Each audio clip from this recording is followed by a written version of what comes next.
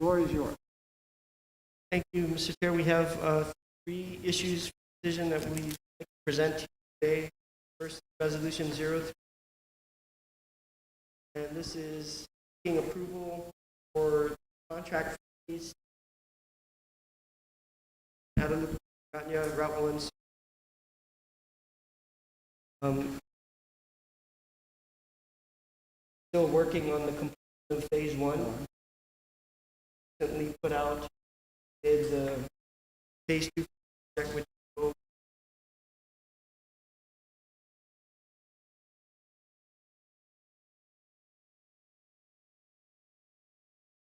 and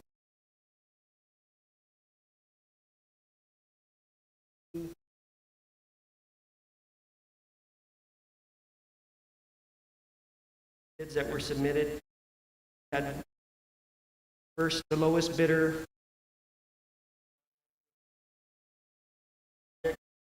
after review of his. So the second lowest bidder then was evaluated and to be received all the appropriate experience and license. Finally, this is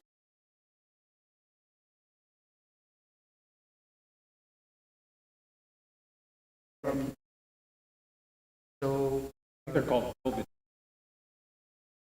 At least for this week. So their bid was evaluated and found to be reasonable. Budget would have allowed for the base bid. However, with basis, other bidders.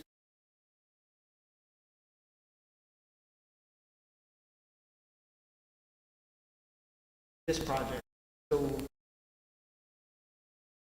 which amounts to 0.7 million with our standard 10% contingency of 100,000, 140. So the total that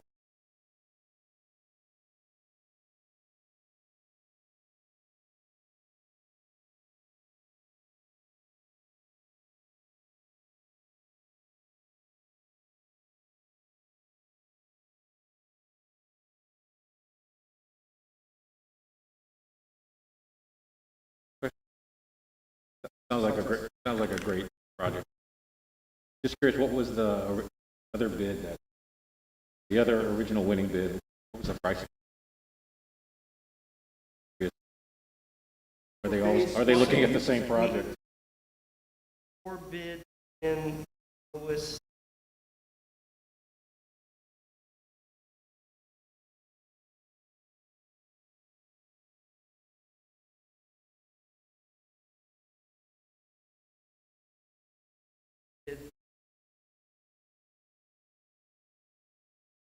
Also not that much. Who originally won it? Pro Pacific. They didn't have the technical bid. Requires certain linear feet of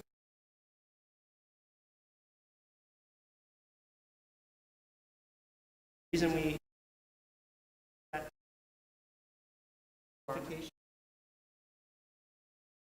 very first project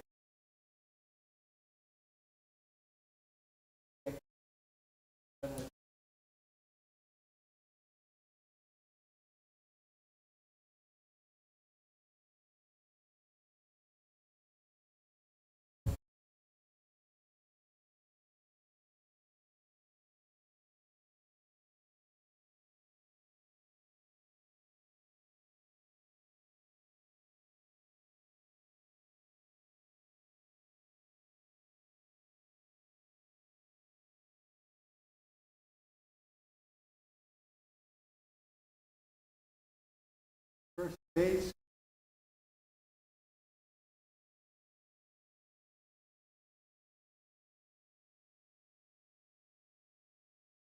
going from the plants and pump station. How much was that?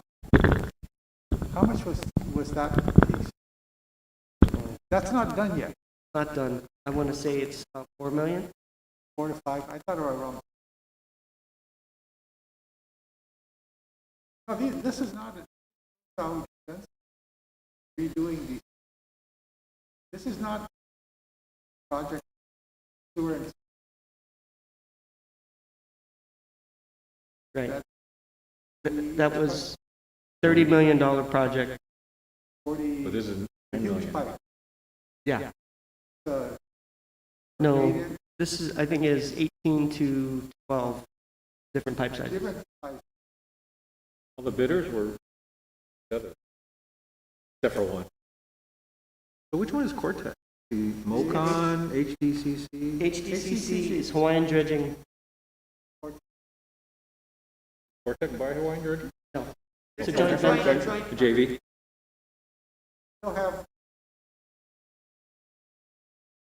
existing.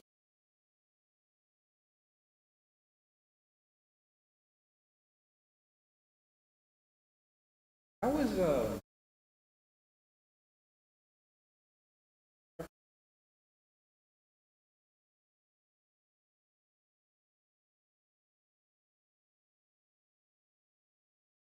$8, 10 million. Like, the one who first took over, Judy, was like,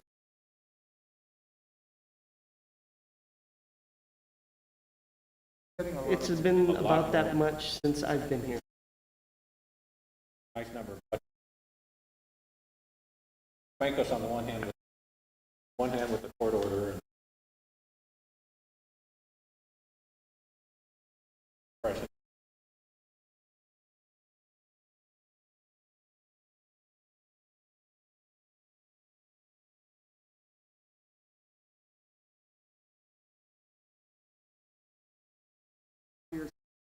That's 50. Oh, but we haven't done the review yet, right? So it seems as if Bounce the base. 11.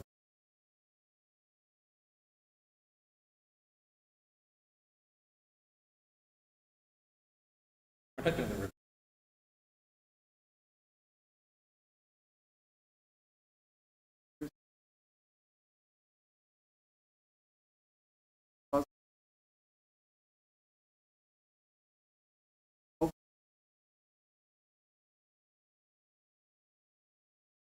Okay.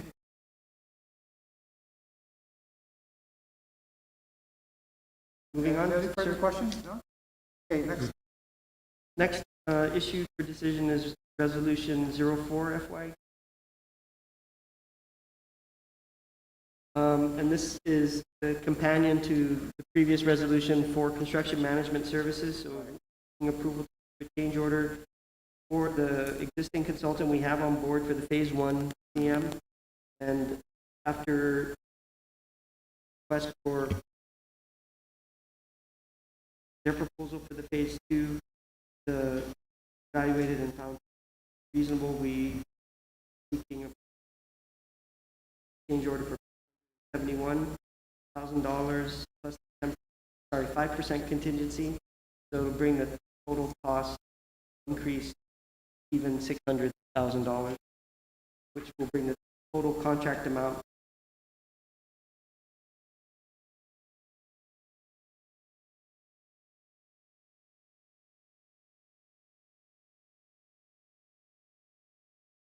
and this.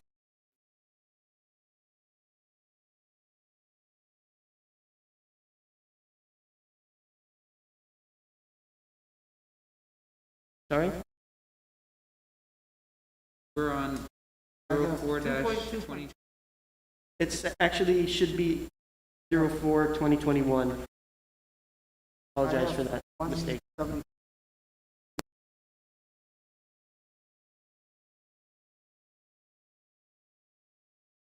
That was the Phase 1.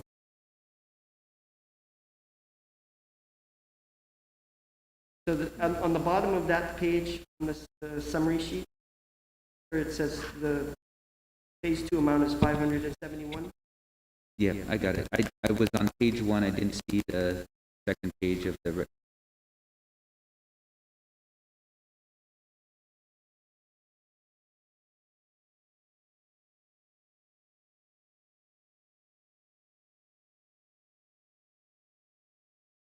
we-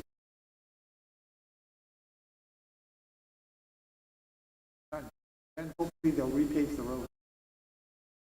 Won't be accused. Don't we have to repave it anyway? Oh, no, our section, Right, but what I mean is. the I'm whole thinking- road. Yeah, they're repaving from Carlos all the way Airport up Road. to the airport road.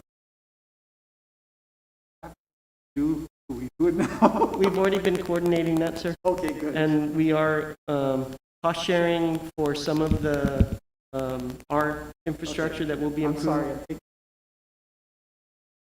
No, but. It's good coordination and it's yeah, happening. No, I just mean, because it seems the government want my, just good. So Miguel, as you guys do these projects and you come across stuff that's just you're unaware of, like what happened on Route 3, weren't there certain things that you guys came across that were not in the as-built and you had to work around it? That Route 3, not Route 3, Route 4. Oh, yeah, sometimes. So you guys you have a master file of all the infrastructure, right? All the culverts, all the pipelines and everything. So we have ours, Mm-hmm. which we have our own systems in our GIS, which was, a better phrase, cobbled together from hard copy drawings and so on and so forth. That's been put together over a number of years, but we still find, even with our own infrastructure, sometimes what was shown on the original builds may not be what's correct, or sometimes they were referencing the wrong survey benchmark, so it's shown on the right-hand lane, but it's actually in the left-hand lane, kind of thing. So as we go through, even in our own operations, if we find corrections, our GIS will go out to get the correct coordinates, and then we'll make adjustments. But we don't have the same type of data for anybody else in ours. So like storm drain stuff, I don't know that it even exists in GIS format, but we don't necessarily have that.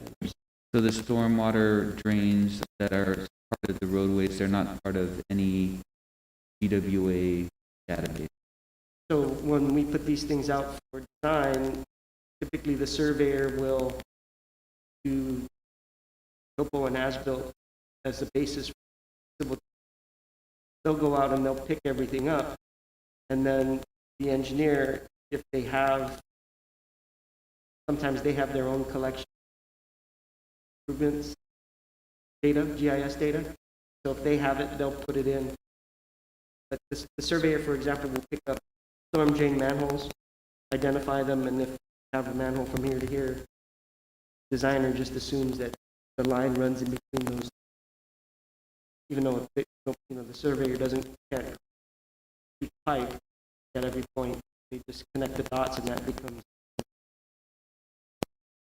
Don't necessarily.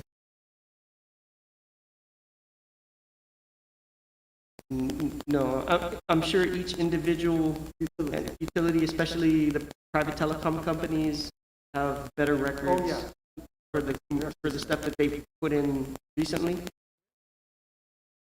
Well, we have access to if we're going to dig, or our contractors are going to dig, they're requested to go out and mark their utilities first. Right? So they know where it is and they mark.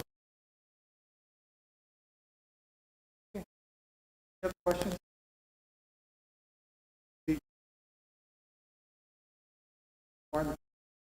Yeah.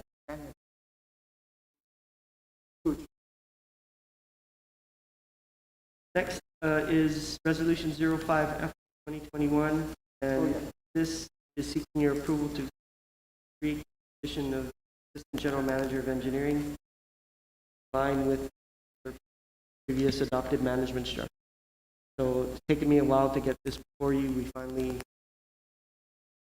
ended the position description and evaluated the job evaluation point posted and in recruit.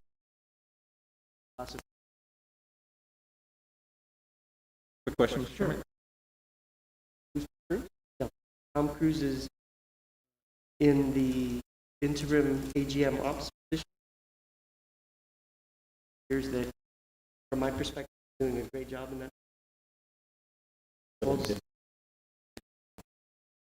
Did he submit his application? So he's already applied for the AGM ops formally in that role. We'll need to back your position. So we're going to have an AGMO, an AGMA, and an else.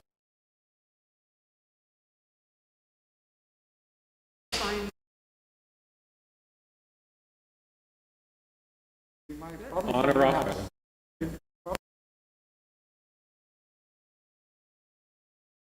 And then, just to be clear, it says that you're serving under the general direction of the GM and the CEO by law. Assume that you mean that language in general. Normally, there are 7 people we can tell what to do. Or 7.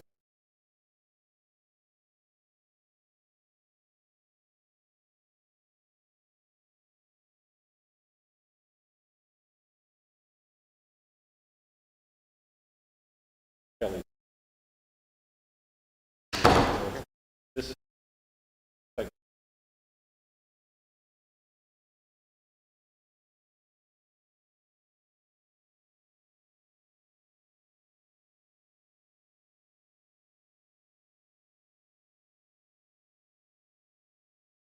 If it's that language, yes.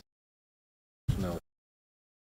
just the portion where it says, and the Consolidated Commission on Utilities. The resolution's okay. I think we make the point. Yeah.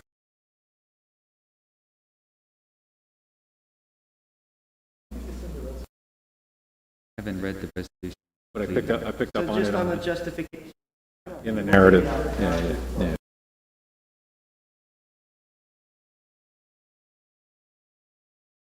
Good.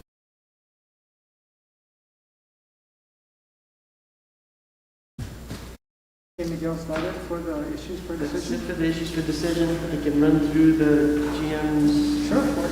Yes, please. So, starting on page 9 of your report book. Oh, sorry, 67.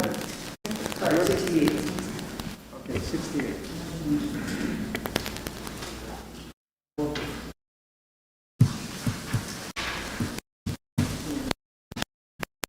This is the workforce availability as of November 13th. So we have 94.4% of our employees are healthy and reporting to duty.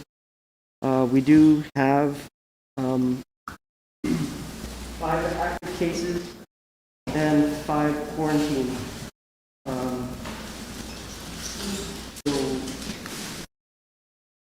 and then one that's teleworking because he's at high risk, and then 5 employees who are on military leave and 2 on long-term disability. So 350 out of 374 employees are healthy, reporting to duty. Moving on to the operations update on the production side. For the month of October, we had an average of 92 wells in service with 12 on standby and 6 in various state of repair, and then the 8 that are out of commission. Our monthly average production was 37.9 MGD total, 34.8 from our deep wells, 0.23 from the springs, 1.9 from Ugam, and about 1 MGD from the Tumon Maui well, which is consistent with our usual performance. On page 70, the production details for Tumon Maui, you can see we had a couple days where the system was tripped with production running down to 0.6 MGD. And then moving on to page 71 on the distribution system summary. Overall, we had 92.9% operability at all of our water booster pump stations, down slightly. We have a couple of issues at the central, which have a couple pump stations there with pumps that need to be replaced, and so our operability is down for those areas. On page 72, our reservoir levels were pretty stable throughout the month, and showing a climb towards the end of the month. For our wastewater collection system on page 73, down slightly on the operability with 90.1% across all 3 districts. Central, again, we have our lowest rating there for those pump stations. For our CCTV inspection and sewer cleaning, you can see for August, September, and October, we're trying to make up for lost time, and the guys have been busting their humps trying to get the year-end miles in. We're struggling to make it, but if we don't make it, we're going to get really close. So they were able to do, our target is 5 miles a month, and we were able to do 9 miles in October. And the following few pages just show the general areas where, mostly focused in the north and central areas where we've been trying to focus our efforts on cleaning and CCTV work. On the wastewater treatment side, on page 77, we had 13.69 MGD average flows. We generated 1.4 million pounds of sludge for the month and a disposal cost of $130,000. You can see for October the total flows have increased over September, but one of the things that we've been tracking, which is also confirmed by the orange band in the middle of that chart, you can see the Northern District flows, even though there has been increased rainfall during the wet season, they've been fairly steady since about June and July. So you're not having the infiltration? Having infiltration that we saw before. That's that new pipeline? It's the interceptor CIPP work that was completed around mid-year. So the results are encouraging. Yeah. And but if you look at AGAT's numbers, the gray bar at the top of that chart, you can see as the rain has increased, we've got a significant amount of I&I still happening down there. So we still have a lot of work to do in the south trying to get that under control.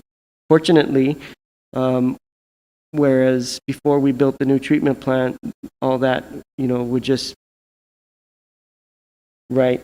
Now we have the equalization tank at Agate Santa Rita, so all this excess flow is contained at the headworks of the plant. It doesn't bypass the treatment process, and it gets slowly metered back into the plant, so we're able to treat and meet our secondary treatment requirement. No, that truck. It's yeah, so it's like a white spot in the pipe. We normally, if there's no rain, it goes right into the headworks. When there's heavy rain, it gets pumped into an equalization tank, which along the way before the headwork. So it has a 2 million gallon capacity, so it fills up, and then the flow through the plant, the process flow rate is steady, so it's stable, so you're not getting surges through the plant, doesn't upset the treatment process.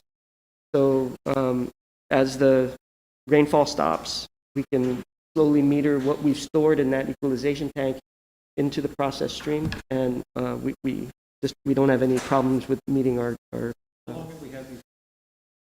when we completed Agate Santa Rita. It's all part of the plant process. Right. Actually, on the handouts.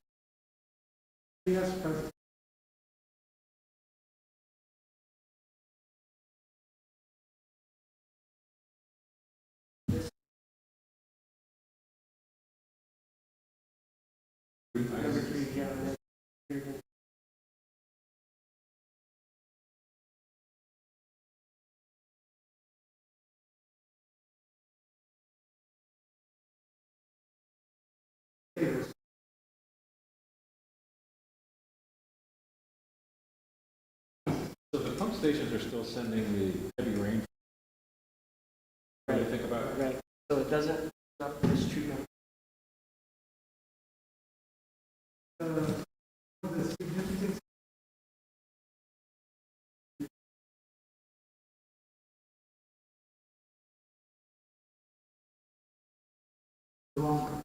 He's going to capture this. No, this is different.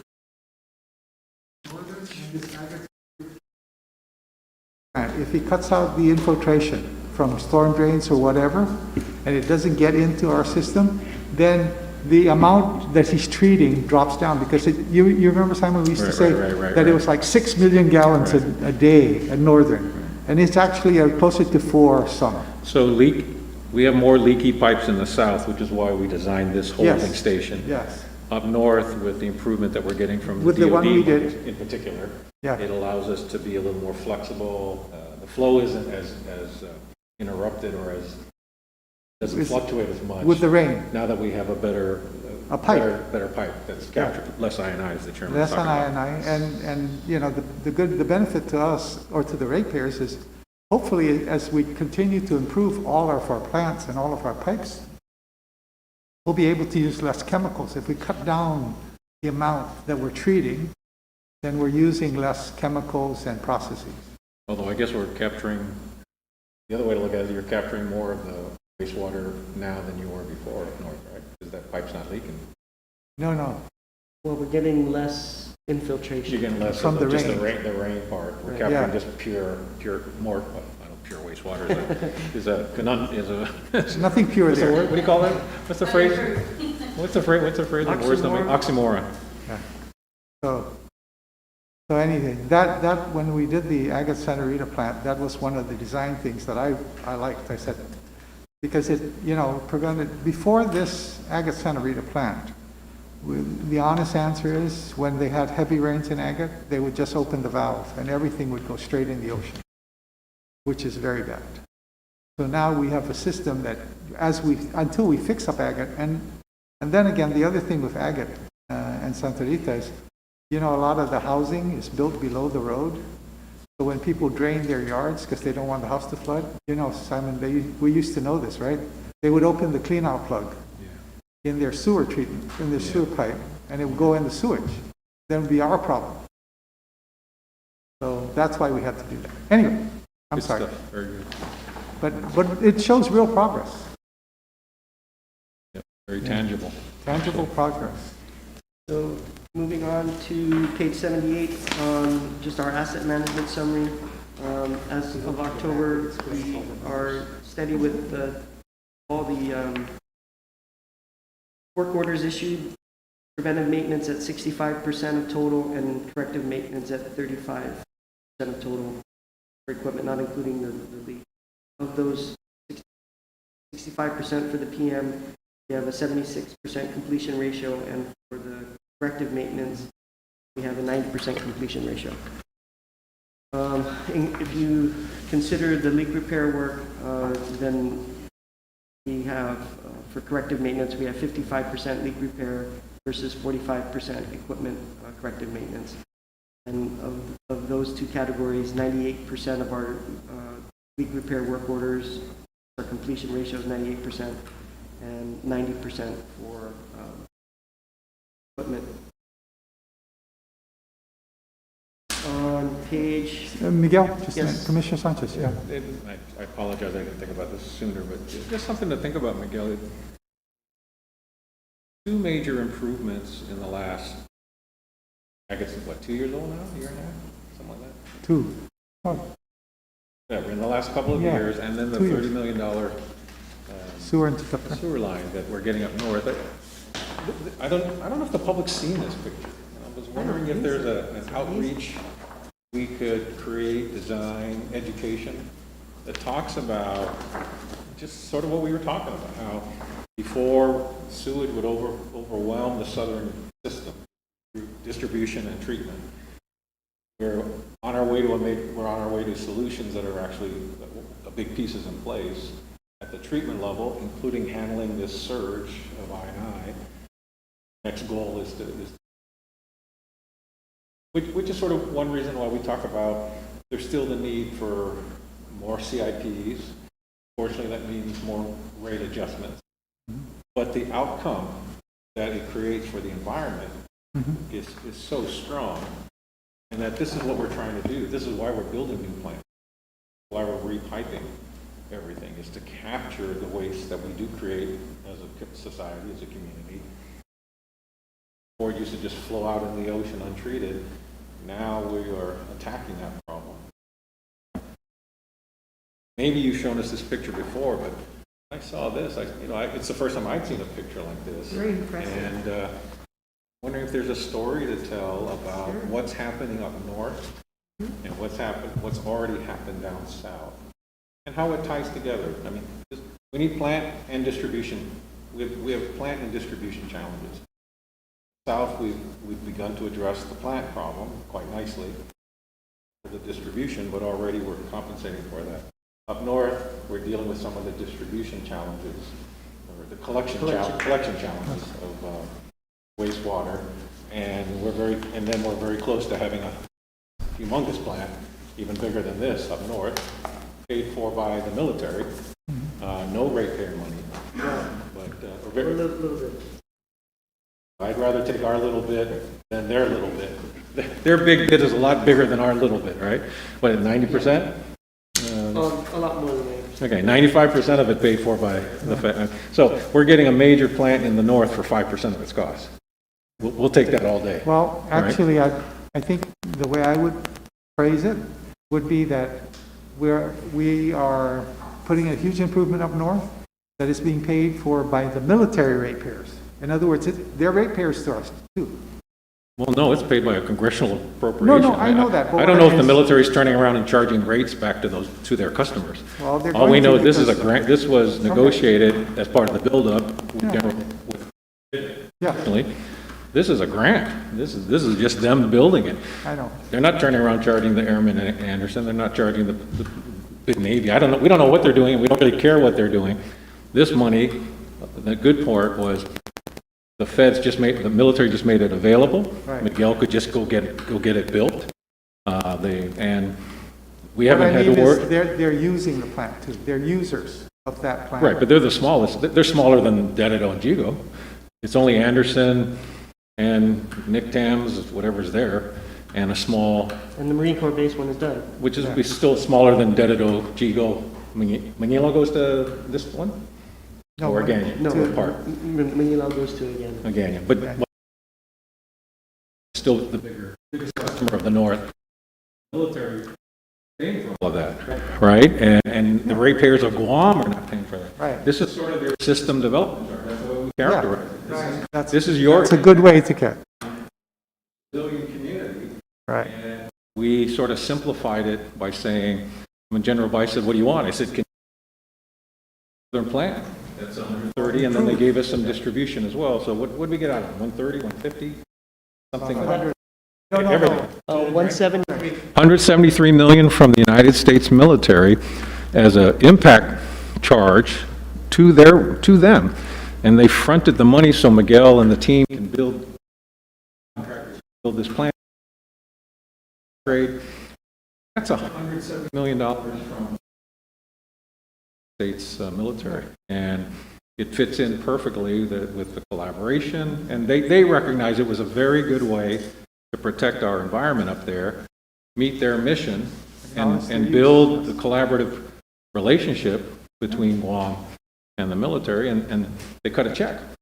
And we have enough challenges with our own rates and we're building 6, 7, we're still going to build 1.5 billion, 2 billion over the next, by 2035, 2040, but we got 170 million for the North, this project. And that's why I'm wondering about sort of the untold story of how we're upgrading the ability to collect human waste, process it, and remove it from the island in a more safe way than we had been So I before. think Miguel is working on how to tell this, and that's how he's coming up with some of these.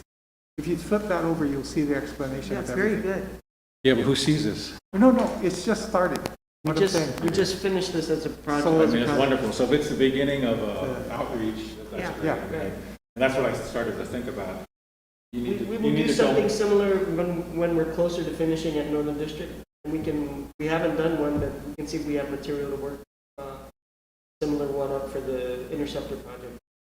Right, but you can start talking about the south, because the nice thing, and sort of anecdotal, over the years, explaining what we're doing in Agates, what we've already started doing in Agates Santa Rita, then you explain it again and further, and someday we'll explain. But people start to understand that, hey, we create waste that has to get dealt with, and it has to be dealt with in a very sophisticated, expensive manner if you want to protect water and our ocean. And how, maybe in high school, I can't think of as large an investment in the South as we've made with this treatment plant. This $70, $80 million project down there. We're already seeing some of the fruits of its, not only on the outflow, but even on the I&I.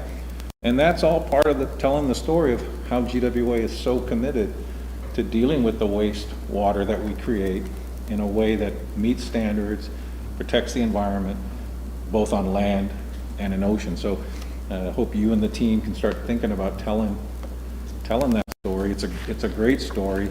It's a story we can share, particularly with our young people. So, to be honest with you, until I got elected here, I didn't think about it. I didn't think about what happens when we flush the toilet. And then once I learned about it, I realized we got a major problem. And US EPA, what was their focus, right? It wasn't on fixing water leaks. It was on clean, safe drinking water and dealing with the wastewater side, of which were, 1/3 already on the ground, another big piece being built, and we'll figure out how to do the third piece. That's one more. But the reason we want to do the third piece is just as important, is because of the reason we did the first and the second piece, and it sort of helps tell the whole story. Why are we doing any of this? Because we humans create waste that we have to think about and treat in a way that protects all of us.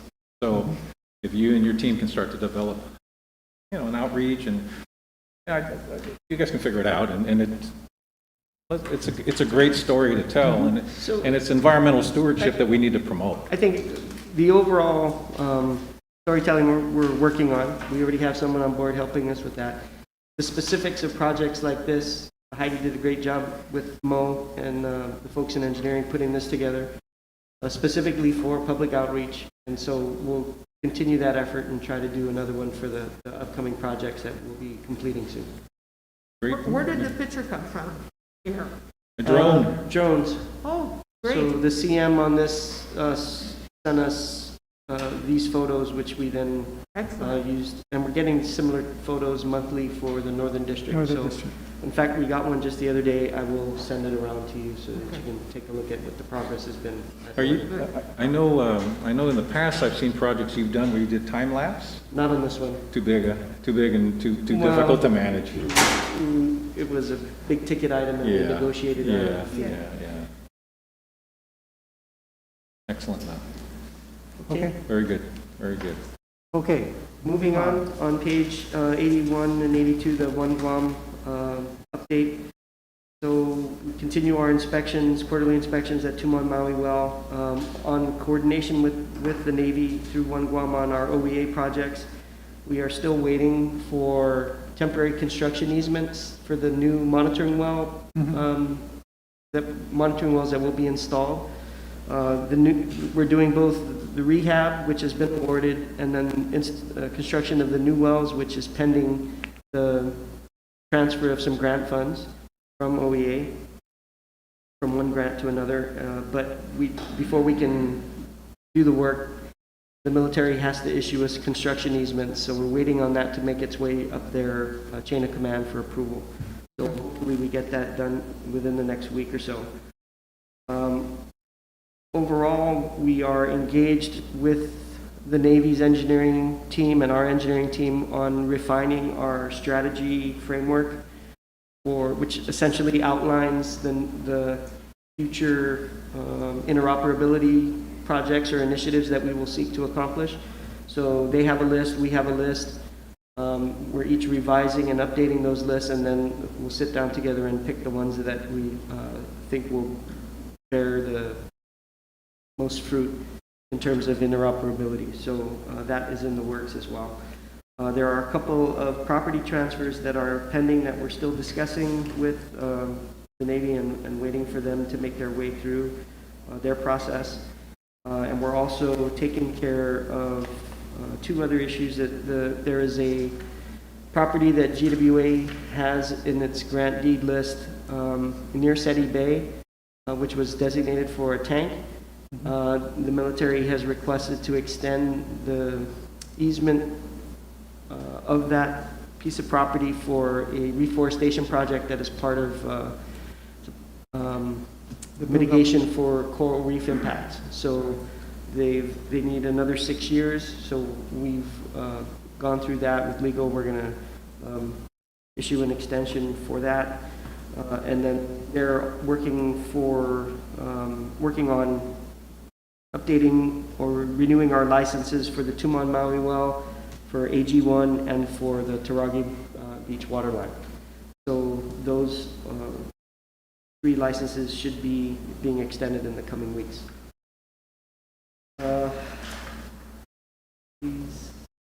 On the court order update, nothing has changed. We're still got one item left to complete, and that's the tanks, and that won't be done for a while, so we'll be at 98.9% complete until we get that finished. We do have SSOs that were reported to US EPA in October, 6 or 7 SSOs for various reasons that we've reported, have acknowledged. On land acquisition summary, the only thing I think we've had any movement on is for the airport tank. We needed that one sliver of property to give us access to the current tank location and provide us location, but the new water tank line that will go in to serve the new tank. And we finally got agreement from the property owners. I signed the purchase agreement a couple days ago, and it's been transmitted to them, so it's pending their signature, and then we'll be on our way finalizing that purchase. How many more tanks do you have besides the airport tank to do?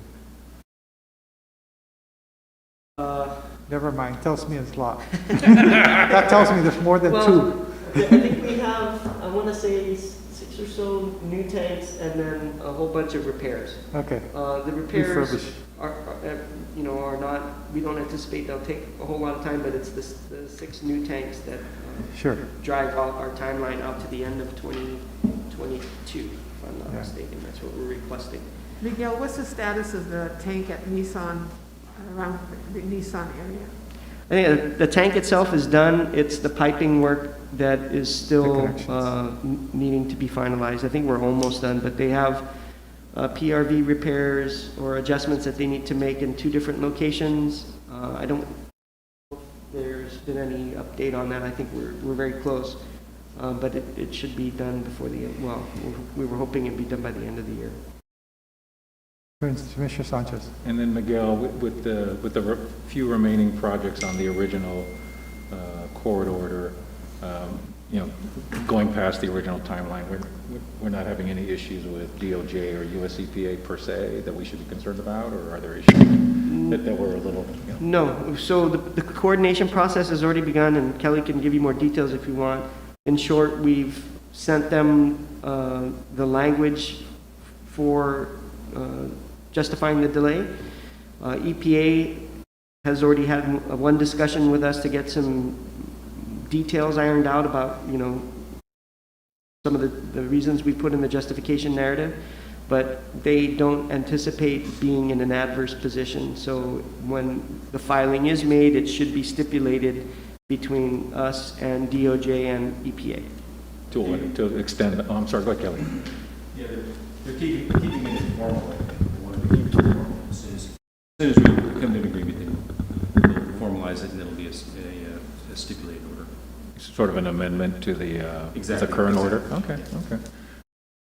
Meanwhile, we're negotiating a new series of agreements, right? Different from this agreement, right? Okay. Okay. And then Anything else? 86, on page 86 is just the leak repair summary. You can see towards the end of the chart there were a couple periods in October where we went above 20 leaks not completed at the end of the day. I think those had to do with when we had a positive in the pressure line unit, and so we stood everybody down. So they had to, the backlog climbed, and then they had to knock it down. But we're back below 20 as of the end of October. Okay. Mr. Commissioner Chairman, Sanchez. I know Miguel's about to hand the ball off to Tallinn, but I was looking at, I guess, page 14 on back billing, and I was very actually happy to see that, you know, out of 13,000 accounts, we've basically settled about 85–90% of it. We've collected significant amounts of it. The amounts that we haven't addressed are relatively small, and then I haven't heard, you know, we had all that drama about getting the right meter. Not hearing, and please correct me, we're not hearing that the avalanche of failed meters requiring back billing before. The new meter seems to be holding up the way you had hoped it would. We're not seeing, I mean, we're not seeing back billing issues like we used to. Right. Right? So even though we're still having a friendly discussion with our supplier, we'll get an update on that when it's appropriate. Yep. But Okay. the back billing, I mean, right, we seem to have found a meter that seems to work Right. well in Guam. The issues that we were having with the LPs are behind us. We don't have any similar issues with the M25s that we currently have in service. We seem to be holding up well, and we don't anticipate that they will experience any premature failures as the LPs did. So, Mr. Chairman, it looks like we were able to complete our 10-year meter replacement program in about 20 years. Yep. And we Not seem too to bad. have finally got the right meter, even if we're yelling at certain people. Okay. So About the previous meter. Commissioner Telford. So Miguel, there's been no new meter failures, or have there been some that have been switched out and bench tested? So the failure rate currently is 0? I don't think it's 0. Go ahead, Chris, you want to address that? So we've started a monthly meter maintenance program where we're testing about 200 meters a month.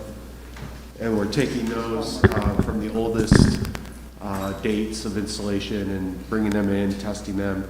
And the failure rate, I don't know what the updated one is, but when we did this about a year ago, we did an initial test on the M25s, and the failure rate was about 5%. It was much less than what we were seeing on the LPs. Okay, and what are the parameters for failure? Is it like outside a certain measurement, or is it just completely not working at all? There's a high flow, they're tested against the AWWA standards for accuracy for low flows, medium flows, and high flows. And so if it fails any one of those, then it's classified as it failed. 5%, what any utility would expect. What we were seeing with the LPs was closer to 80%. What is the warranty period associated with those 5% failing? Are we getting those the warranties offered and we're holding the supplier accountable for it, or are they out of warranty? So the warrant, it's a 5-year warranty to meet the new meter standards, and then a 15-year warranty for the repaired meter standards. And the meter doesn't have to be repaired in order to qualify for that, but if it's older than 5 years, that there's a separate standard for repaired meters, and that's the standard that the manufacturer says it will still pass up to 15 years, and then they will, if it doesn't, then they'll replace it under warranty. So for the repaired meters, the manufacturer supplies the parts and we install them and put them back in service, or for the ones that fell? Or do they just switch them out completely? I think we have been switching them out completely. And you just send them back, yeah. You send them back and they send you new ones. Okay. Okay. I guess the whole line of questioning is to make sure that this time around, we're constantly on top of Yes. meter failures, Yeah. right, to, Yeah, Plus, they know we're not afraid to sue them. yep. yeah. No, good question. Good question. Okay, Tully, you're up, I guess. So. Hey, I'm sorry, any questions for the general manager? Or, okay, let's move on. Tully, you're up. Sorry. You'll find in your packets a copy of the year-end, the September 30 financials as well as the October Okay. financials. And we did end fiscal year 20 lower than 19, but Lower in revenues, net profit, lower in what? net operating income. Okay. But because of the work that we did with our grants on the construction, we actually ended up our net assets better than last year, Oh, okay, about 20 okay. million more added to our net assets. Take that free money all day. And so I have a few slides that primarily are looking at revenues and demand and collection. So for the month of September,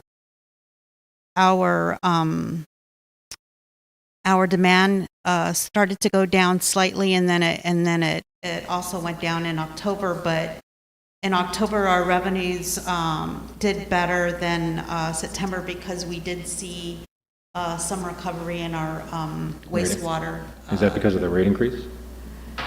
The rate increase Plus volume? The rate increase kicks in next month. I mean, it's effective in October, but the bills, The revenue. Won't show you. yeah, won't show up. Didn't you don't bill them at the October bill? Apply the rate, We apply the rate Meters this read. month. We apply the rate this month, and so it'll be effective. it's for meters read after October 1st? Right. So, I'm sorry, when you bill October, When we bill October, we collect the October bills in November. no, Right. but billing is where you do your Right, revenue, so, not- we're yeah, not you're doing right, collections. you're right. The billing, The yeah. billing should go up because the rate But increase. the collections, right. Right. But we also did One see. is billing, one Right. is cash, right? Right. We also did see an increase in our wastewater demand.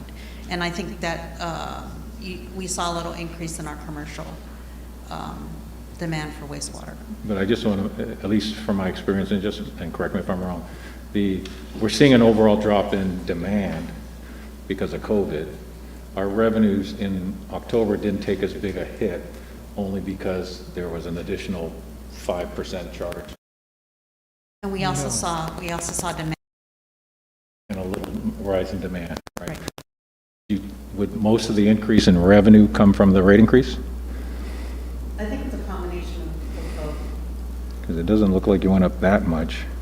Yeah, no, I agree. It's probably. Right, I mean, look at your- It's probably the, It's got to be the rate increase, because look at your October, yeah, your October jumped from September, but your May through September, you could see that trend just falling or holding flat, yeah? And it actually dropped in September. Yes. And which doesn't surprise us, right? yeah. Well, but we did see wastewater go up, commercial, we saw commercial demand go up. You know, who is that?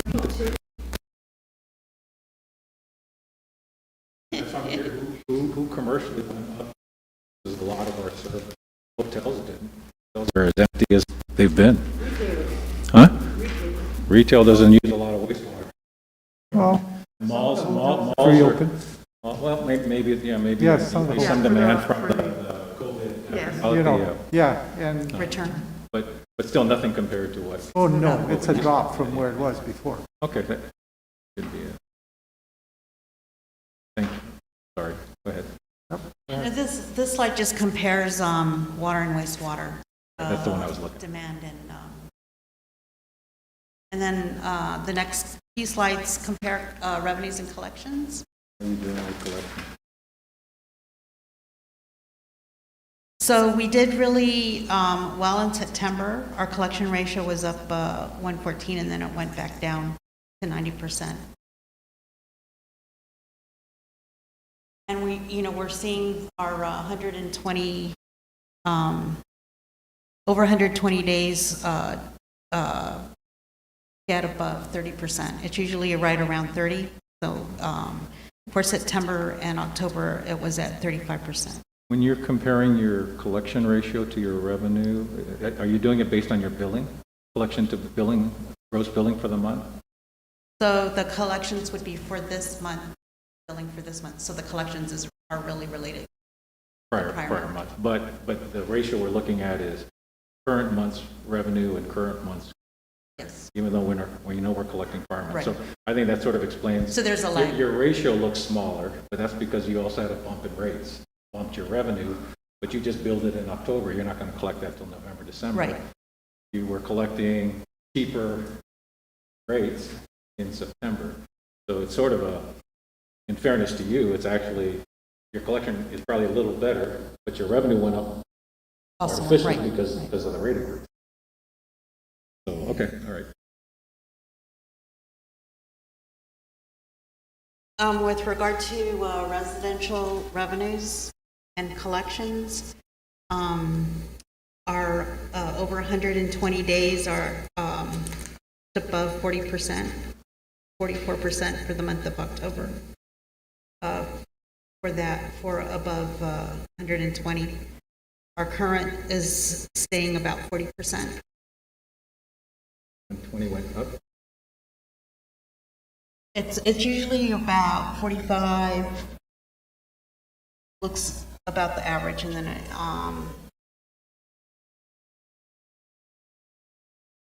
so it's about 44%, right?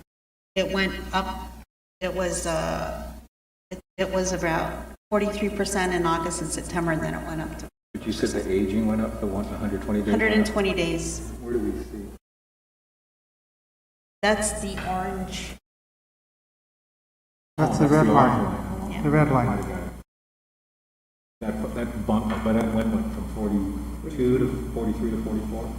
So it's just a slight, so we've been Yeah. we've been hovering in that. 42, 44. And that's And residential. our, yeah, right, and our current hovers around 40%. Wait, am I saying, are you saying, am I understanding? You're saying 44% of our, Residential revenues are over 120 days.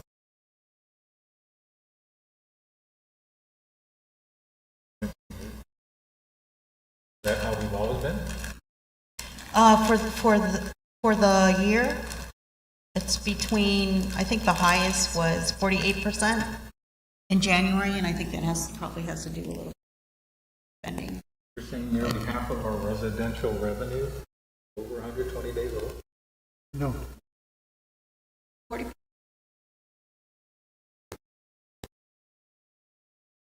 Hold it. And another, about 40% is current. And then That's just the a- smaller in between. And I haven't looked at it in a while historically. We've always been at 40. That just strikes me as, that's a lot of water that's out 4 months. Residential. It may get worse. right? People they don't do another stimulus. Yeah. We need it badly. I think what happened is, especially when we said we weren't going to disconnect. Yeah, the chairman's right. That's Yeah, another reason. that's another Maybe reason. Tom, just anecdotally, next Tuesday, I'm just curious, what was this ratio last year and the year before? Just Okay, to see if there was the COVID effect, right? okay. Between a collapsed economy and a pretty vibrant one. Curious whether it was. And the big problem is if there's no stimulus, there's going to be a lot more pain because nothing's coming back right now. And what percentage of our total revenue is residential? We should know this. 30%? 40%? 50%? 4 million out of 10? 40%? Maybe Out of 35? I About think, 50%? I think it, Commissioner Sanchez. Oh, are you just doing water? No, you're doing water and wastewater, right? Yeah. Commissioner Sanchez, Monthly. I think what it is, it used to be lower, but because of, the situation there that our ratepayers find themselves in, it's increased.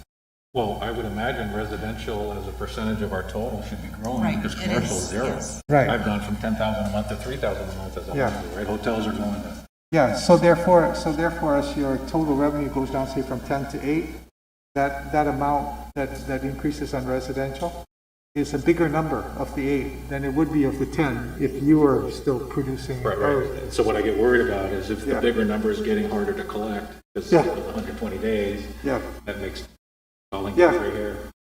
At least she has hair, but Yeah. not like some of us. no. I mean, that's the number that's what I would worry about, right? I mean, Okay. Yeah, no, I you're look right, at- you're I right. watch You're all- receivables and I watch aging Right, like no. a hawk in the private sector, because. That's what we have to, yeah. And this is a big number, we're at 40% of your billing is over 4 months old. That's 4 months of that, right? That's a third of a year, right? But I think Charlie's right about And it saying, might get worse. we've taken the no disconnect approach. Yeah. This is some of the results, some of the impacts of it. No, You know, no. we're hanging in there, and I don't hear any discussion of changing the policy, but it's something we just have to, Darlene could be telling us in the next few months that 40 is becoming a bigger number. Just gotta make sure that Miguel can run the place if he's billing but not collecting.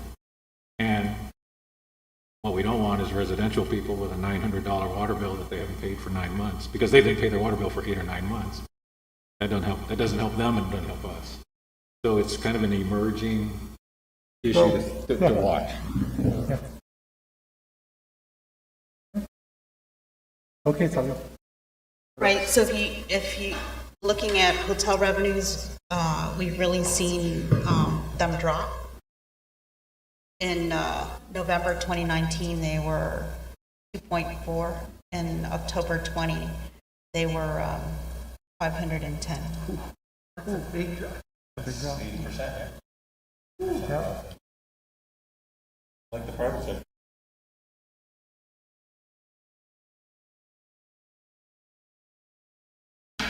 But they are over 120 days is at 28% in October. And their 54% is current.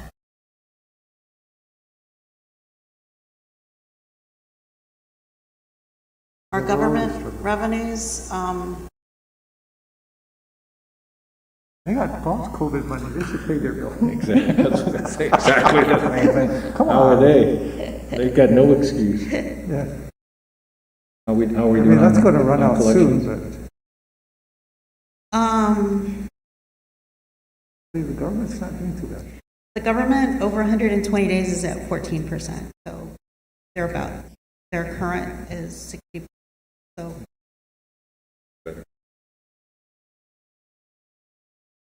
I mean, you Plus, can. I saw a drop in, like DOE, because schools are closed. That's probably why collections is better. Yeah. Yeah.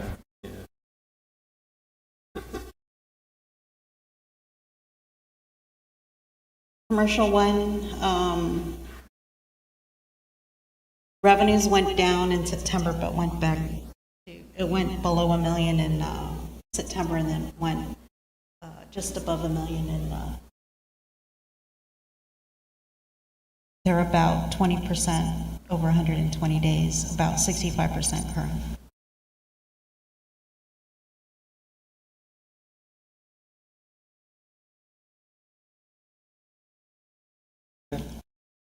These are really fluctuating. Yeah. These are the smaller, mid-sized users, yeah. It's those laundries. Yeah. It's a small, it is. I mean, our water bill is down 70%. Yeah, because your usage is down. Yeah, my airline revenue is down 80%. Yeah. You're a hotel or laundry, You're in big trouble. your customers are not having a lot of business. Yeah. Yeah, back in April, they were at 59% over 120 days, and they're down to 46%, Yeah. where we'd like them to be, but getting better than it was right after the pandemic started. Okay. And then Any- commercial any- 3 is where all the restaurants are. I see them bounce around. About a third of revenues are, or AR is over 100. The October, September went down, and then October revenues probably again related to the increase. Commissioner Sanchez. So, Chairman and following, I guess it's something we should think of. We've adopted the policy of no disconnect, right? I think, I'm just curious what other utilities are, it worked fine when we thought COVID was a 3-month, 5-month, 7-month misadventure, right? It's clearly trending into much Yeah, longer, and you can't squeeze, no pun intended, water out of a rock. But providing water that people aren't paying for, stretching that out over 7, 8, 9, 10, when we start to get way over 120 days, management needs to look forward a little bit. Here, when you call other utilities, half their answer will be, hey, this is new to us too. I'm reading that most utilities across the country, both water and power, were like us. No one was eager to disconnect anybody. But at some point, you got to pay the piper, right? And, our coverage dropped a little bit, and we're seeing our receivables rise. So I'm just curious, is there an alternative policy? And I don't know what it is.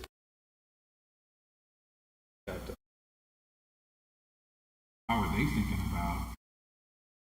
Right now, we're seeing the 120-day growth. If this goes on another year, that 120 days is going to get worse. What point do you say, something's got to give? You can't give on debt service, and there's some fixed costs you can't give on. So, where it even affects operations, where they say, hey, I can't cover payroll because we can't collect because we're not disconnecting it. But we're still providing the service, and they're not paying for it. One day, Tolling's going, how do I do payroll? So that's something. So Miguel and Kali, give that some thought. I'm sure you're already thinking about it, but maybe you need to share some of your thoughts with us, so we can get a better idea. Yeah, do you need a budget of adjustment? what we're looking at. Yeah. Okay? We do keep a tight rein on our cash and, No. manage our requisitions. Try to keep.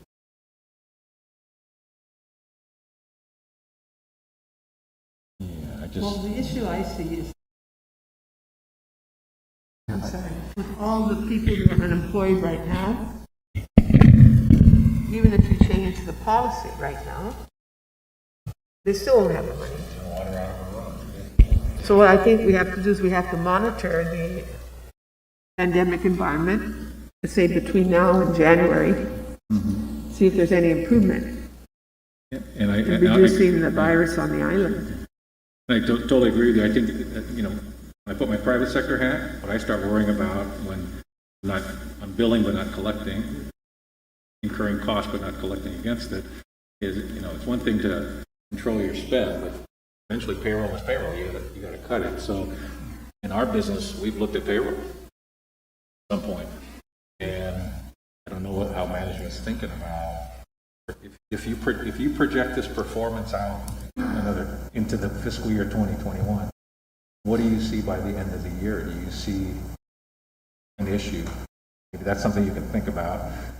I don't even know if you need an answer by Tuesday, but I think it's something the two of you really got to think about. What happens if this continues for another year and your over 120 goes up?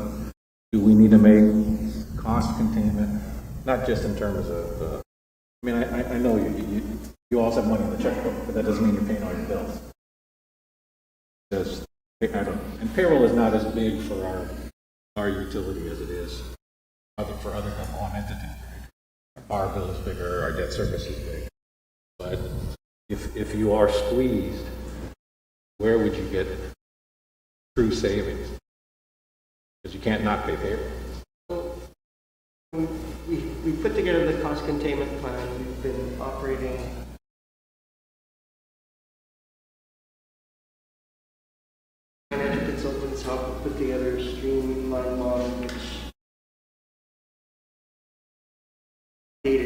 as we get results. I was waiting for Tolling to finish the year end so that we could take another Look back. pass at that, go through the model, update the numbers. We have projections for the core performance in the model currently through the next fiscal year with a sort of, based on our main numbers, kind of a steady state in terms of what hotels and other commercial sectors doing. And we don't show any recovery until the beginning of next calendar year. So, Be very conservative. Calendar year, right? next You're year, seeing economic recovery in 21? not starting until beginning of next calendar year. Are you saying like January 20? I just want to make sure we hear it. First quarter, I don't remember how Eric modeled it, but it was, based on where we are, then we incremental, right? And then we don't even approach full recovery until 2022. So that's what's in the current model. What I'm letting you know is that we'll take another look at it based on the results we're seeing. Whether or not you just asked for, can we project the same performance out to the end of 2021? We didn't do that. But you have a way to do it. We have a way to do it. I mean, because what I'm hearing in the private sector is you're not going to see tourism at all next year. So imagine your hotel revenues staying pretty much on. How does that impact it? And if we do no disconnect, how does that impact us in terms of your ability with cash to actually do what you need to do? Does that affect the operating budgets? One that we've already adopted, but I suspect your experience in the private sector is very similar to what I'm talking about. We're very worried in the private sector about 2021 fiscal or calendar. Yes, not in there. So Guam Dry Cleaners is not going to pay you $120,000 next year. It's going to pay you $36,000. Hotel X and schools A, B, and C if they don't go back. They don't go back to in class, right? What happens if that trend? And I trust you and Eric and Colin, but I know I'm worrying about it for my businesses. 21, thinking through exactly when you show me these numbers, you're thinking like I'm thinking. What happens if? And yet, in our case, sometimes we can actually cut off providing service to a non-paying customer. Just at our level here, public, none of us are interested in that. But what happens if Mrs. Cruz has 12 months of essentially free water? How many Mrs. Cruzes can you handle before it impacts your ability to operate? So that would be a very useful exercise that you have, Eric, sort of throwing it out there that you take a serious look at revisiting 2021 with maybe, and like you often do, Miguel, maybe just a range, right? What if that is more extreme in terms of lost revenue versus one that I think the last 90 days far more indicative of your commercial revenues going forward. And if they don't do another stimulus, it's even worse. But you're not going to get any tourism side. Nobody's saying you're going to get tourism in calendar year. Do your range analysis. Be aggressive. Just say what would happen if it's a piece of crap next year with tourism revenue. How does that affect us? The last time we adjusted the model, it was inclusive of the government's projections on going to look like, right? So we'll have updated numbers for you. Yeah, I would say I would share with you that at least in the private sector, serious recognition of tourism not going to be anywhere near being, especially with openings. That doesn't happen. Revenue. So anyway, preaching to the choir, you got to look at it. I think there's some real concern about revenue and non-collection. Any other questions? Yeah, I was just going to comment that we had these similar discussions during the budget time where I had asked about the projections on, where we see it. Obviously, no one has a crystal ball, but we may want to just look at another alternative budget where we'd have to adjust, 6 months out, figure out what we need to do. Well, keep working on it. This is, yeah, nobody has a, I admit, nobody has a good crystal ball, so, but we know it's a problem. We know there's a problem. Quantifying the problem and trying to figure out how to address the problem is what we would need to do. Okay? And you might have to go with 3 different scenarios. Good scenario, bad scenario, and okay. Okay, Fadling, anything else? I mean, Thank you, Mr. Chairman. yeah. Thank you, Darling and Miguel. Thank you. Yeah, if we have any more questions, we can ask them on Tuesday night. Right? Anybody? Okay, Commissioners? Yes. We have another meeting. So would we have to turn this one? Yeah, no, yeah, we're We're going to finish this one, right? yeah, when we're finished. Is everybody, I think we've gotten through most of the meat of the issues.